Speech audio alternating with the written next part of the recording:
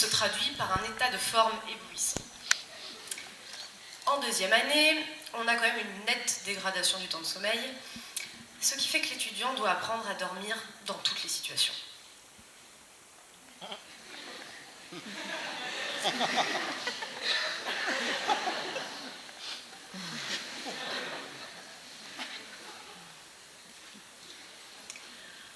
En quatrième année, l'étudiant passe enfin aux 35 heures. De sommeil, bien sûr. Nous ne parlons pas des heures de clinique qui, elles, peuvent atteindre les 120 heures par semaine aux urgences. Mais, comme on dit, quand on aime, on ne compte pas.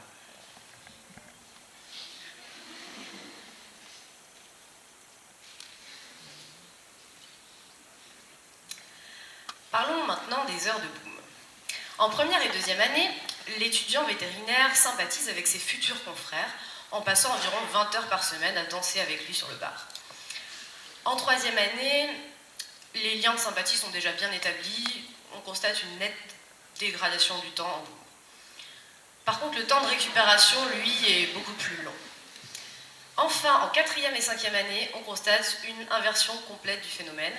Il semble que l'étudiant n'apprécie plus les booms et même les considère parfois comme des nuisances sonores et olfactives.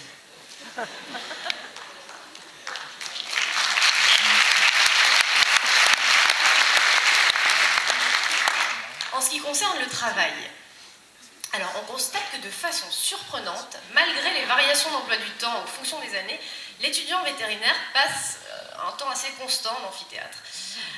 Bon, on a une moyenne de 8 heures par semaine de présence physique, ce qui, il faut le dire, cache de grandes disparités entre les individus. Mais, grâce au merveilleux système d'entraide qu'est la Ronéo, tous les étudiants bénéficient tous les vendredis midi de leur quantité de savoir à ingurgiter. En fonction des années, la quantité varie. Et comme rien ne se perd, rien ne se crée, tout se transforme, en dernière année, les étudiants trouvent une nouvelle utilité à leur Ronéo. Vous l'aurez compris, ces 5 années nous auront façonné en tant que vétérinaires, les futurs vétérinaires de demain. Maintenant, je vous propose que l'on étudie ensemble le portrait robot de l'étudiant vétérinaire type. Responsable et motivé, il est capable de passer toute une après-midi à traquer une vache en furie échappée des hôpitaux, ou de se lever toutes les heures pour prendre la température d'un chat peu coopératif. Alors je tenais à préciser pour tous ceux là-haut qui ne sont pas forcément du métier que la deuxième activité est au moins aussi dangereuse que la première. Cultivé, l'étudiant vétérinaire est capable de briller dans les dîners mondains en racontant notamment la vie et l'œuvre de Ruditapes Decusatus, qui, comme chacun le sait, s'appelle également la palourde croisée. Spécialiste de l'hygiène, du moins alimentaire, il est malgré lui le rabat-joie des repas entre amis. L'entrecôte saignante lui évoque avant tout un ver solitaire. Une soirée sushi se transforme en festin d'anisakis. Et derrière chaque salade de crudité se cache une dangereuse toxoplasmose. Puisque l'on parle de la nourriture, je tiens quand même à préciser que l'étudiant vétérinaire est un fin gourmet qui consciencieusement, chaque semaine, récupère son panier de légumes biologiques. Cependant, ça ne l'empêchera pas de se nourrir de sandwichs, de café tiède, aux alentours de 17 h, entre une pause de cathéter et une consultation.